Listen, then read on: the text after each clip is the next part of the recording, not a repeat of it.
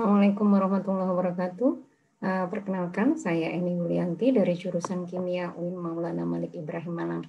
Kali ini saya ingin menyampaikan tentang bagaimana kelor atau Moringa olivera bisa merawat pasien diabetes. Tentu saja ini hanya suplemen ya, suplemen. Jadi yang paling utama kalau kami sampaikan untuk merawat diabetes adalah zero karbo. Zero karbo ini di sini saya dapatkan dari grup besar di Facebook, grup Stop Diabetes yang coachnya adalah Coach Dominic. Jadi terima kasih saya sampaikan kepada Coach Dominic atas ilmunya. Nah, di zero karbo ini yang saya sarankan adalah yang disarankan dalam grup itu, bukan saya mendapatkan ilmu di sana, bahwa tidak nasi, tidak ubi. Jadi ada pengalaman di ibu saya yang diabetes, dengan model seperti ini, diabetes ibu saya cukup membaik ya. Jadi dari waktu itu ibu saya 500-an, masih sudah tidak nasi putih, tetapi masih ubi.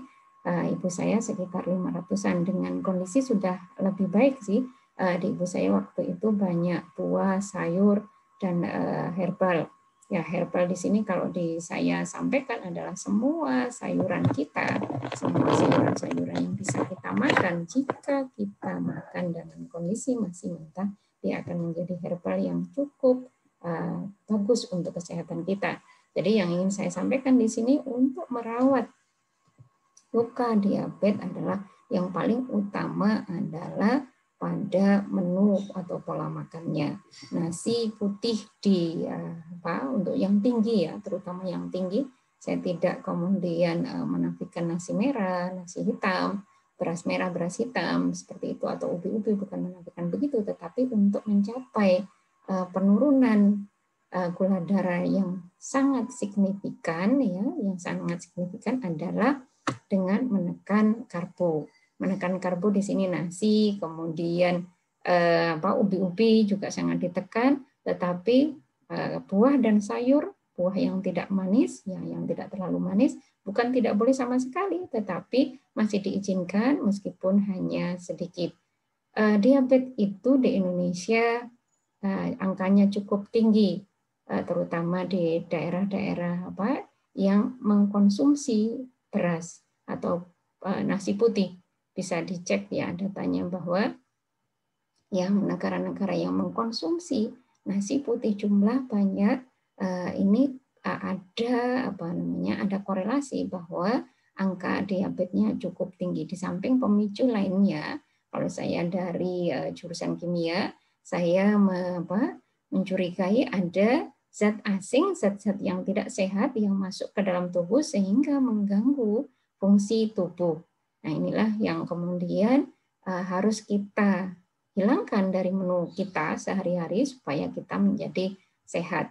Nah, yang utama itu, kemudian kalau ada tambahan lainnya, ya yang utama adalah menekan nasi dan ubi-ubi, kemudian adalah tambahan lainnya adalah hadirkan mentahan dalam menu sehari-hari kita, di pagi hari, di siang hari, sore hari, dan malam hari. Nah, ini saya akan menunjukkan bahwa bagaimana kelor membantu untuk diabetes.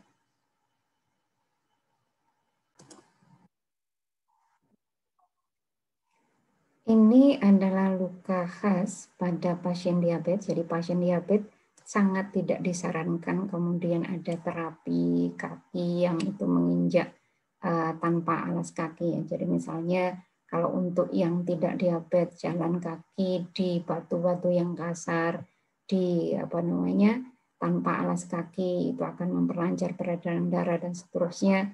Itu untuk yang tidak diabetes. Tetapi untuk mereka-mereka yang mempunyai keluhan diabetes, hal itu sangat tidak disarankan. Kenapa? Karena mereka-mereka yang mempunyai kadar gula darah tinggi mempunyai kecenderungan jika mempunyai luka akan tidak mudah sembuh, ya.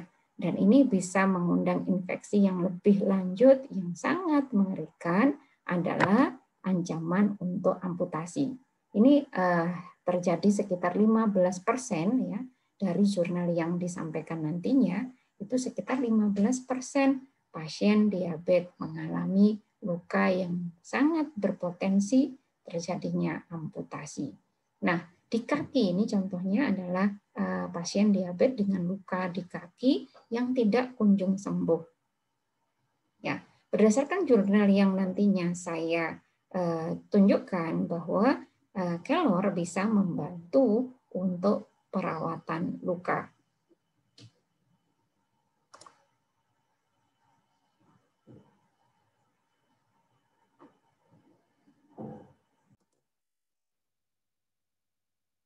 Ini adalah percobaan pada tikus ya, pada tikus putih.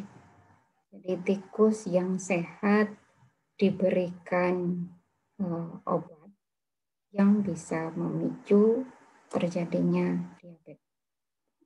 Diberikan dalam makanannya, diberikan obat yang bisa memicu diabetes. Nantinya obat apakah itu yang mungkin juga harus kita hindari, dia berada pada apa yang kita konsumsi. Obat itu biasanya diberikan untuk terapi anti kanker memang. Kalau interaksi obat tersebut pada kita, pada manusia. Nah, di sini dicontohkan tikus yang sehat ya, kemudian ditreatment sehingga dia terjadi diabetes, ditandai dengan gula darah yang tinggi. Di sini untuk diabetic control ya, diabetic control ini adalah contoh tikus yang mengalami diabetes dan kemudian ini contohnya adalah dilukai ya karena memang percobaan ya.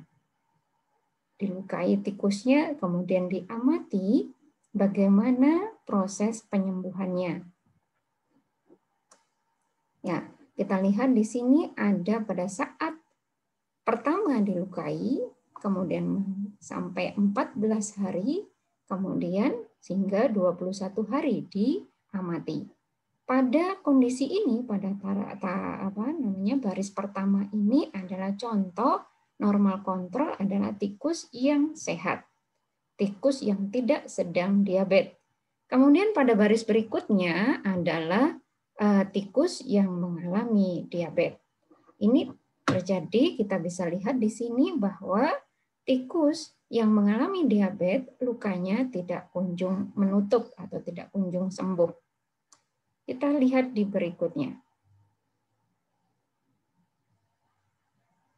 Nah, ini contohnya adalah pada saat tikus tersebut diabetes, tetapi diberikan ekstrak daun kelor. Ya, ekstrak daun kelornya adalah di sini menggunakan air atau aquades. Ya, nah ekstrak ini kemudian dioleskan, diberikan setiap hari. Kalau nantinya saya sarankan adalah kelor segar bisa ditumbuk plus lidah buaya boleh ya.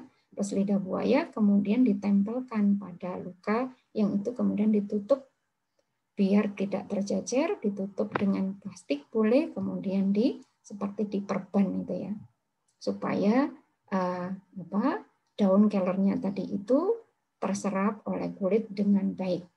Ya, kalau kemudian punya daun kelor yang sudah dikeringkan atau serbuk daun kelor, bisa ditambahkan dengan minyak zaitun misalnya. Jadi bentuknya seperti pasta nanti. Kalau sudah bentuknya seperti pasta, kemudian dioleskan pada luka, ditempelkan pada luka diabetes, kemudian ditutup supaya tidak kemana-mana, supaya tidak tercecer, supaya interaksinya maksimal, itu kemudian ditutup ya, ditutup bisa menggunakan plastik atau perban tertentu yang tidak tembus air, bisa dibeli di apotik, saya kira ada. Kemudian nantinya ini ketika beberapa hari kering, nanti bisa diganti lagi dengan yang baru. Ini adalah contoh luka diabetes yang kemudian diberikan ekstrak air daun kelor. Memang percobaan ini masih dalam taraf mencit, ya, dalam taraf mencit tikus putih. Tetapi dalam kenyataannya bisa digunakan. Artinya ini kita bisa mengambil pelajaran bahwa luka diabetes bisa dibantu dengan ekstrak daun kelor. Tentu daun-daun yang lainnya juga bisa, tetapi saya kali ini hanya masih menyampaikan dengan daun kelor. Yang pada akhir ini contoh yang pada baris terakhir, ini adalah untuk mengkontrol atau membandingkan dengan obat sintetik. Jadi ini pada obat sintetik. Nah, jika dibandingkan pada kondisi 14 minggu, 14 hari maksud saya, mohon maaf, pada saat 14 hari pada pemberian ekstrak daun kelor lukanya lebih menutup dibandingkan yang obat sintetik. Ini yang obat sintetik yang diberikan adalah silver sulfadiazid. Nah, kelor bisa menjadi suplemen diabetes itu. Jadi tidak hanya mengkonsumsi daun kelor, tetapi pola makan juga harus ditata. Jadi yang tadi utamanya adalah menekan nasi, ubi, dan kenyangkan dengan yang lain, kenyangkan dengan yang lain, boleh protein hewani, boleh protein nabati, dan jangan lupa untuk mentahannya harus masuk. Ini mentahan ini sangat bermanfaat sekali. Mentahan ini adalah sayuran, buah-buahan yang bisa kita konsumsi kondisi mentah. Enzimnya masih sangat tinggi. Nah, ketika enzim ini sangat tinggi, maka dia sangat membantu untuk kesehatan kita. Jadi, teman-teman yang ingin melihat atau menyimak lebih jauh bisa bergabung di grup Facebook kami, yaitu Sehat Alami Kelora UIN Malang. Sampai di sini dulu penjelasan saya. Wassalamualaikum warahmatullahi wabarakatuh.